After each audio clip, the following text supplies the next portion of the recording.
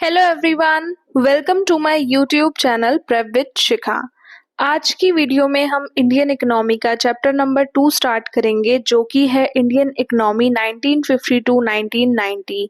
इससे लास्ट वाली वीडियो में हमने अपना Indian economy on the eve of independence chapter complete कर लिया था।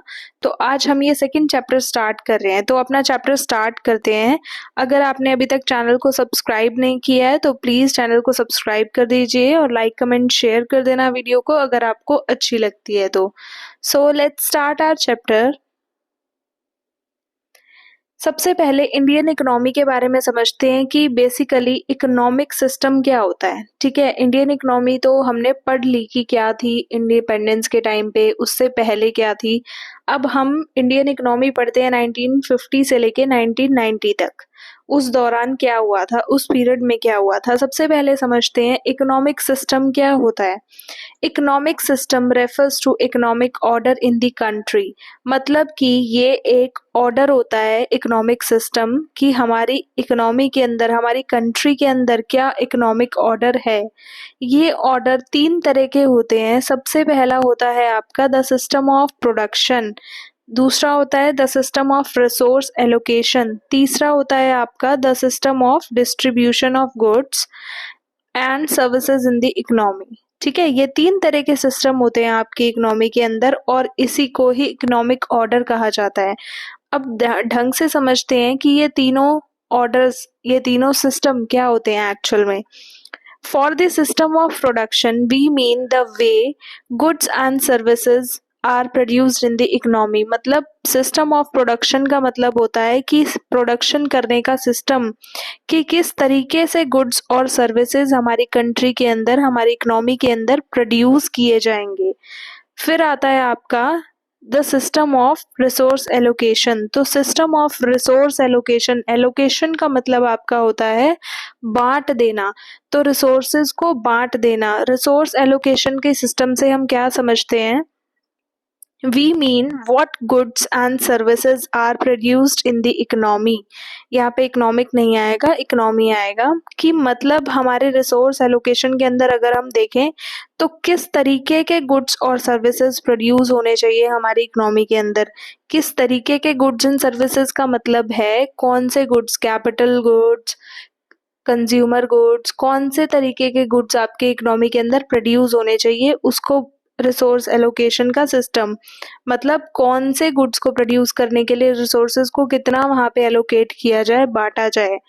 And from the system of distribution, मतलब डिस्ट्रीब्यूशन करने का सिस्टम गुड्स और सर्विसेज को हमारी इकोनॉमी के अंदर, वो क्या बताता है कि लोगों को किस तरीके से रिवार्ड किया जाएगा उनकी फैक्टर सर्विसेज के लिए। जैसे कि लेबर है, लेबर काम कर रही है तो लेबर को काम के बदले वेजेस दिए जाएंगे। अगर हमने लैंड यूज कर रहे हैं तो लैंड के बदले रेंट देंगे। ठीक है, तो ये क्या है, ये आपके फैक्टर सर्विसेज हैं जिनको हम फैक्टर पेमेंट्स देते हैं। तो ये किसके अंदर आता है, सिस्टम ऑफ डिस्ट्रीब्यूशन के अंदर आता है आपका। ठीक है, अब आपको इकोनॉमिक सिस्टम समझ में आ गया होगा कि इकोनॉमिक सिस्टम एक इकोनॉमिक ऑर्डर होता है जिसके अंदर 3 तरह के सिस्टम होते हैं, system of production, system of resource allocation और system of distribution of goods and services in the economy. तो ये 3 तरीके के सिस्टम होते हैं। अब हम आगे पढ़ते हैं, आगे क्या है,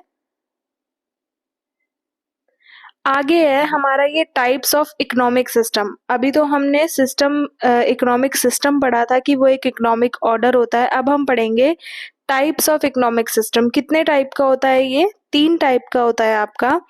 एक तो पहला होता है कैपिटलिस्ट इकोनॉमी, दूसरा होता है सोशलिस्ट इकोनॉमी, तीसरा होता है आपका मिक्स्ड इकोनॉमी। कैपिटलिस्ट इकोनॉमी क्या होती है, सोशलिस्ट क्या होती है और मिक्स्ड क्या होती है। कैपिटलिस्ट इकोनॉमी के अंदर हम ये देखते हैं कि हमें कितना ज़्यादा प्रॉफिट मैक्सिमाइजेशन होगा, मतलब ज़्यादा से ज़्यादा प्रॉफिट अर्न करना किसके अंदर देखा जाता है, कैपिटलिस्ट इकोनॉमी के अंदर देखा जाता है। इसके अंदर गवर्नमेंट का इंटरफेरेंस होता है, इसके अंदर गवर्नमेंट का इंटरफेरेंस नहीं होता है, गवर्नमेंट इंटरफेयर नहीं करती है। ठीक है, कौन डिसाइड करता है कि प्रॉफिट मैक्सिमाइजेशन होगा या कैसे इकोनॉमी में वर्क होता है, मार्केट फोर्सेस के अकॉर्डिंग वर्क होता है। इनको हम एक्सप्लेन में अभी नेक्स्ट स्लाइड में पढ़ेंगे। फिर आता है आपका सोशलिस्ट इकोनॉमी, जिसके अंदर गवर्नमेंट इंटरफेयर करती है और यहाँ पे मेन मोटो उनका होता ही नहीं है प्रॉफिट मैक्सिमाइजेशन, उनका मेन मोटो क्या होता है, सोशल वेलफेयर करना। फिर आती है आपकी मिक्स्ड इकोनॉमी। मिक्स्ड इकोनॉमी के अंदर गवर्नमेंट और प्राइवेट सेक्टर दोनों इन्वॉल्व होते हैं, मतलब कैपिटलिस्ट और सोशलिस्ट का मिक्सचर होता है ये, जिसके अंदर ये प्रॉफिट भी मैक्सिमाइज करने के बारे में सोचते हैं और सोशल वेलफेयर भी करना चाहते हैं। ठीक है, अब इनको एक्सप्लेन में पढ़ लेते हैं हम। सबसे पहले आपका आता है कैपिटलिस्ट इकोनॉमी। कैपिटलिस्ट इकोनॉमी क्या होती है? Capitalist economy also called market economy और कैपिटलिज्म। कैपिटलिस्ट इकोनॉमी को हम मार्केट इकोनॉमी भी बोलते हैं और कैपिटलिज्म भी बोलते हैं। Is defined as the one in which means of production are owned by the individuals and the individuals are free to take their economic decisions. मतलब कि मीन्स ऑफ प्रोडक्शन मतलब प्रोडक्शन करने के क्या मीन्स रहेंगे, उन सबको कौन ओन करेगा? इंडिविजुअल, मतलब प्राइवेट इंडिविजुअल या ग्रुप ऑफ इंडिविजुअल, ठीक है, ग्रुप ऑफ पीपल सॉरी, और वो अपने डिसीजंस अपनी मर्जी के अकॉर्डिंग ले सकते हैं। इसके अंदर गवर्नमेंट नहीं इन्वॉल्व होती। गवर्नमेंट ने ये नहीं डिसाइड करना कि कौन क्या करेगा, कौन से मीन्स ऑफ प्रोडक्शन का इस्तेमाल करा जाएगा प्रोडक्शन करने के लिए, नहीं, पूरा सब कुछ कौन कंट्रोल करता है? इंडिविजुअल या ग्रुप ऑफ पीपल। और इसके कुछ फीचर्स हैं, जो इसकी डेफिनेशन है वही एक तरीके से इसके फीचर्स होते हैं। क्या है? Private ownership of the means of production. Means of production की क्या है? प्राइवेट ओनरशिप, मतलब कि कोई भी private person, not government, private ownership, private control होना। मतलब इनका मेन मोटिव क्या होता है? ज्यादा से ज्यादा प्रॉफिट को मैक्सिमाइज करना। प्रॉफिट मैक्सिमाइजेशन इनका मेन फीचर भी होता है, मोटिव भी होता है। Goods are produced which can be sold at a profit either in domestic market or foreign market। ये goods ऐसे goods produce करते हैं, ऐसे गुड्स को प्रोड्यूस किया जाता है कैपिटलिस्ट इकोनॉमी के अंदर, जो कि प्रॉफिट के ऊपर बेचे जाएं, चाहे वो डोमेस्टिक मार्केट हो या फिर फॉरेन मार्केट हो, कहीं पे भी हो। फिर है आपका distribution of the goods among people happen on the basis of purchasing power, the ability of people to pay for goods and services. जो गुड्स का डिस्ट्रीब्यूशन किया जाता है, गुड्स को बांटा जाता है लोगों के बीच में, वो उसके बेसिस पे बांटा जाता है कि लोगों की खरीदने की क्षमता कितनी है, ठीक है, उसके बेसिस पे डिसाइड होता है ये। फिर आता है आपका the role of government is largely confined to the maintenance of law and order and defence of the country. Government का रोल सिर्फ यहाँ पे इतना ही होता है कि गवर्नमेंट लॉ और ऑर्डर को मेंटेन करती है, उनको बनाती है, अदरवाइज गवर्नमेंट इसके अंदर इन्वॉल्व नहीं होती है, कोई भी इंटरफेरेंस नहीं करती है, इंटरफेयर नहीं करती है। अब इसकी एक मेन नोट क्या है कि देखो, कैपिटलिस्ट इकोनॉमी है, प्राइवेट ओनरशिप है, इंडिविजुअल है, ग्रुप ऑफ पीपल है, हमारे जैसे सभी लोग इन्वॉल्व हो रहे हैं, गवर्नमेंट हमारे बीच में पार्टिसिपेट नहीं कर रही है, तो हम सेल्फ इंटरेस्ट को प्रमोट करते हैं, यहाँ पे प्रॉफिट मैक्सिमाइजेशन को क्या करते हैं, प्रमोट करते हैं, बट लेकिन हम कलेक्टिव इंटरेस्ट को क्या कर देते हैं, इग्नोर कर देते हैं। कलेक्टिव इंटरेस्ट मतलब सबके बारे में नहीं सोचते, हर कोई अपने बारे में ही सोचता है कैपिटलिस्ट इकोनॉमी के अंदर, ठीक है। फिर आती है आपकी सोशलिस्ट इकोनॉमी। सोशलिस्ट इकोनॉमी क्या होती है? देखो, socialist economy is the one in which there is social collective public ownership of the means of production. Socialist economy capitalist economy की अपोजिट होती है, जिसके अंदर सोशल ओनरशिप होती है मीन्स ऑफ प्रोडक्शन की, and economic decisions are taken by some central authority of the government with a view to maximise social welfare. मतलब social ownership मतलब कलेक्टिवली पब्लिक की ओनरशिप, मतलब कि गवर्नमेंट की ओनरशिप, ये पब्लिक जनता नहीं है, ये गवर्नमेंट के बारे में बात की जा रही है। मतलब कि गवर्नमेंट का ही कोई सेंट्रल अथॉरिटी होती है जो सारे डिसीजंस लेती है इकोनॉमी के अंदर, और उनका मेन मोटिव क्या होता है कि वो लोगों के साथ वेलफेयर कर सके, मतलब लोगों का भला कर सके, सोशल वेलफेयर कर सके, उन्हें प्रॉफिट मैक्सिमाइजेशन से कोई मतलब नहीं होता। और सोशलिस्ट इकोनॉमी के अंदर ये मान लेते हैं सभी लोग कि गवर्नमेंट है, गवर्नमेंट को पता है कि सरकार, मतलब सरकार को ये पता है कि कंट्री के लिए क्या बेस्ट है, तो वो उसी के अकॉर्डिंग प्रायोरिटी सेट कर देती है और सोशल वेलफेयर करने के लिए आगे प्रोसेस करती है, वर्क करती है। इसके भी फीचर्स हैं। क्या फीचर है? Means of production are collectively owned by the society as a whole. मतलब मीन्स ऑफ प्रोडक्शन को कलेक्टिवली मतलब सबके अकॉर्डिंग ही ओन किया जाता है सोसाइटी एज अ होल। ऐसा नहीं कि वो सिर्फ किसी एक ही सेक्टर का भला करेंगे या किसी एक ग्रुप ऑफ पीपल का भला करेंगे या किसी एक एरिया का भला करेंगे, वो सबके बारे में सोचते हैं गवर्नमेंट सोशलिस्ट इकोनॉमी के अंदर। फिर आता है means of production are owned in a manner such that social welfare is maximised. मतलब कि वो ये नहीं देखते कि प्रॉफिट हमें बढ़ना चाहिए, वो ये देखते हैं कि मीन्स ऑफ प्रोडक्शन को इस तरीके से यूज किया जाए, प्रोडक्शन के करने के साधन को इस तरीके से इस्तेमाल किया जाए कि सोशल वेलफेयर हो सके, ज्यादा से ज्यादा लोगों का भला हो सके। There is a direct participation of the government in the process of production. The role of government is not confined to law and order and defense. मतलब कि इसके अंदर गवर्नमेंट डायरेक्टली पार्टिसिपेट करती है। ऐसा नहीं होता कि वो सिर्फ लॉ और ऑर्डर मेंटेन करने के लिए ही काम कर रही है, नहीं, गवर्नमेंट ही इसमें सारा मेजर रोल प्ले करती है, वही सारे प्रोसेस करती है। इसकी भी एक चीज अच्छी है और एक चीज बुरी है। क्या?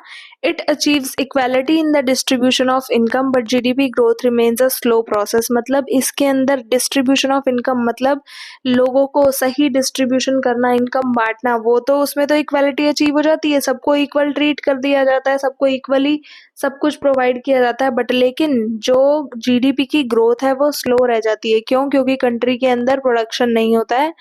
मतलब जीडीपी का मतलब ही ये है कि एक साल के अंदर हमारी कंट्री के अंदर कितना ज्यादा प्रोडक्शन हुआ है।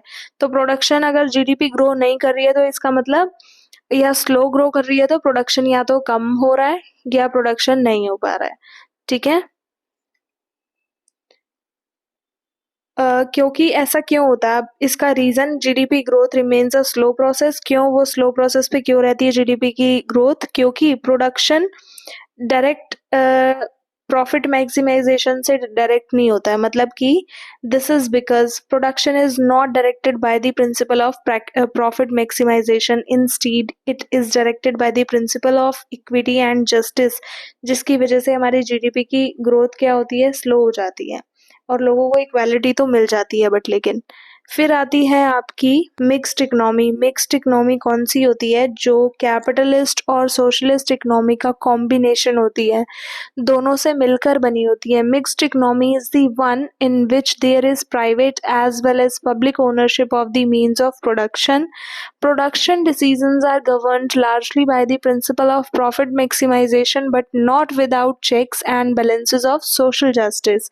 मिक्स्ड इकोनॉमी एक ऐसी इकोनॉमी है जिसके अंदर प्राइवेट और पब्लिक ओनरशिप, मतलब प्राइवेट लोग और सरकार दोनों का ही ओनरशिप होता है मीन्स ऑफ प्रोडक्शन के अंदर, और जो प्रोडक्शन के डिसीजंस होते हैं वो भी दोनों मिलकर लेते हैं। मतलब वो प्रॉफिट मैक्सिमाइज भी करना चाहते हैं और सोशल वेलफेयर भी करना चाहते हैं। इसके भी कुछ फीचर्स हैं। क्या? Means of production are owned by the private entrepreneurs as well as government. Production के साधन कौन ओन करता है? गवर्नमेंट भी और प्राइवेट सेक्टर भी।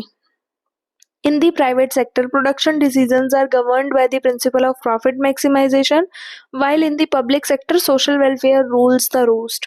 मतलब क्या बोला जा रहा है कि प्राइवेट सेक्टर के अंदर प्रोडक्शन के डिसीजंस वो प्रॉफिट मैक्सिमाइज करने के अकॉर्डिंग लेते हैं, और पब्लिक सेक्टर के अंदर मतलब गवर्नमेंट सेक्टर के अंदर वो प्रोडक्शन करने के डिसीजंस किस बेसिस पे लेते हैं कि सोशल वेलफेयर हो सके, ज्यादा से ज्यादा लोगों का भला हो सके। Both private and public sector plays a significant role in the process of production. दोनों ही सेक्टर्स, चाहे वो सरकार का सेक्टर हो चाहे वो प्राइवेट सेक्टर हो, वो दोनों ही सेक्टर्स क्या करते हैं? बहुत मेजर रोल प्ले करते हैं, बहुत इंपॉर्टेंट रोल प्ले करते हैं प्रोडक्शन के प्रोसेस के अंदर।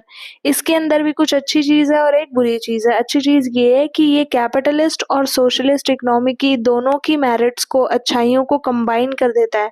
It combines the merit of capitalist as well as socialist economy, but the government sector is often inflicted with corruption, leading to low level of efficiency, productivity. देखो, ये merits को तो combine कर रहा है सोशलिस्ट और कैपिटलिस्ट इकोनॉमी की, but लेकिन जो गवर्नमेंट सेक्टर है वो ज्यादातर उसके अंदर हमें धीरे धीरे करप्शन देखने के लिए मिलता है, और हम ये भी देखते हैं कि वहां से लो लेवल ऑफ एफिशिएंसी आ रही है, प्रोडक्टिविटी आ रही है, लोग उस अकॉर्डिंग काम नहीं कर रहे हैं जिस अकॉर्डिंग उन्हें करना चाहिए। तो ये था आपका आज का चैप्टर 2 का आपके इंडियन इकोनॉमी का टाइप्स ऑफ इकोनॉमी और इकोनॉमिक क्या होता है, इकोनॉमिक सेक्टर क्या होता है। अब इसके आगे की वीडियो में हम 5 ईयर प्लान पढ़ेंगे और ग्रीन रेवोल्यूशन के बारे में पढ़ेंगे। आज के लिए सिर्फ इतना ही। Thank you so much, bye bye, मिलते हैं नेक्स्ट वीडियो में।